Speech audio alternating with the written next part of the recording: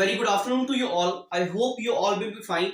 In the previous class, we have studied about what are the housekeeping practices we should be adopted. I hope the topic is clear to you. So let's start the next topic. The next topic is sanitation and disease. सो अब हम सभी जानते हैं कि sanitation होता क्या है.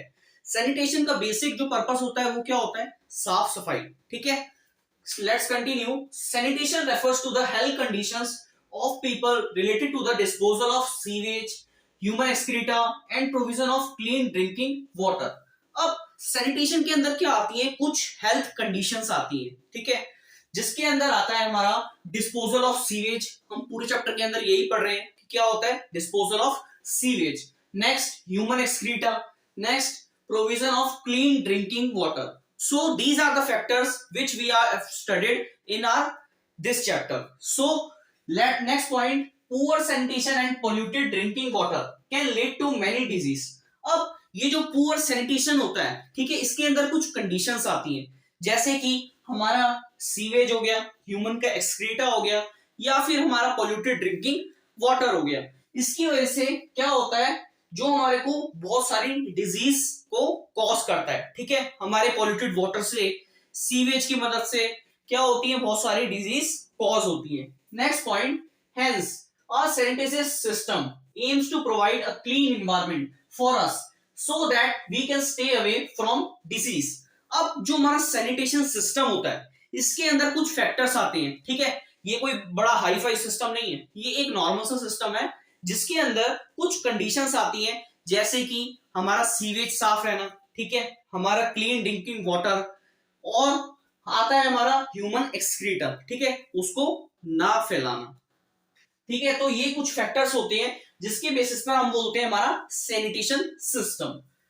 Third point की हम बात कर रहे थे, आज सैनिटेशन सिस्टम, इसका एम क्या होता है? इसका एम होता है हमारे एनवायरनमेंट को क्लीन करना. ठीक है, ताकि हम क्या रह सके, जितनी भी सारी डिजीज है उन सब से हम बच के रह सके. Next point, improper sanitation can give rise to different disease that rise from contaminated water such as typhoid, dysentery, cholera, etc. There are many types of disease which can cause through our sewage. ठीक है, polluted drinking water, इन सारे factors के through. तो इसके अंदर क्या होता है, हम सभी ने एक मेजर फैक्टर सुना होगा. उसके अंदर क्या होता है कि जो हमारा पॉल्यूटेड वाटर होता है, ठीक है, जो हमारा कलेक्टेड वाटर होता है एक जगह पे, उसकी वजह से क्या होता है, हमारे मॉस्किटोस आते हैं और उसकी वजह से हमारे को डिजीज कॉज होती है, जिसको हम मेजरली हम सभी जानते हैं डेंगू. ठीक है, इसके अंदर क्या होता है, हमारे को डिजीज कॉज करती है, जिसके अंदर हम सभी को हेल्थ प्रॉब्लम्स आती हैं, हमारी प्लेटलेट्स डाउन हो जाती हैं, ये सारी चीजें. नेक्स्ट पॉइंट की बात करते हैं. Human excreta is a health hazard and can lead to soil and water pollution. अब human excreta ये एक मेजर टॉपिक है, लेकिन इस चैप्टर में हम इसको ब्रीफ में कवर करेंगे, ज्यादा डिटेल में नहीं जाएंगे. तो देखते हैं ह्यूमन एक्सक्रीटा क्या होता है. एक हमारा हेल्थ हैजार्ड प्रॉब्लम होता है, जिसकी वजह से हमारा सॉइल और वाटर पोल्यूशन होता है. ऐसा क्यों? It can pollute the surface water and ground water. हम सभी ने सुना होगा पहले के टाइम पर क्या होता था, आज भी होता है लेकिन आज उतना नहीं होता.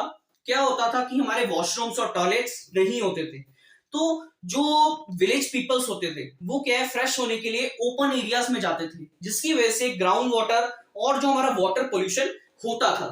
Hence people should never defecate in open areas. तो इसी के थ्रू हमारा कहना है कि सैनिटेशन सिस्टम के अंदर जो पीपल है वो क्या है, ओपन एरियाज में डिफिकेट नहीं करें. ठीक है, फ्रेश नाउ.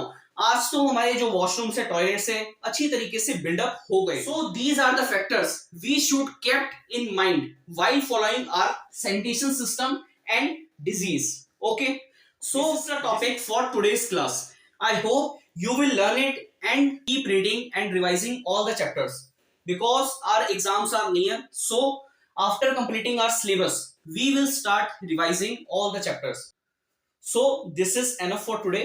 Thank you.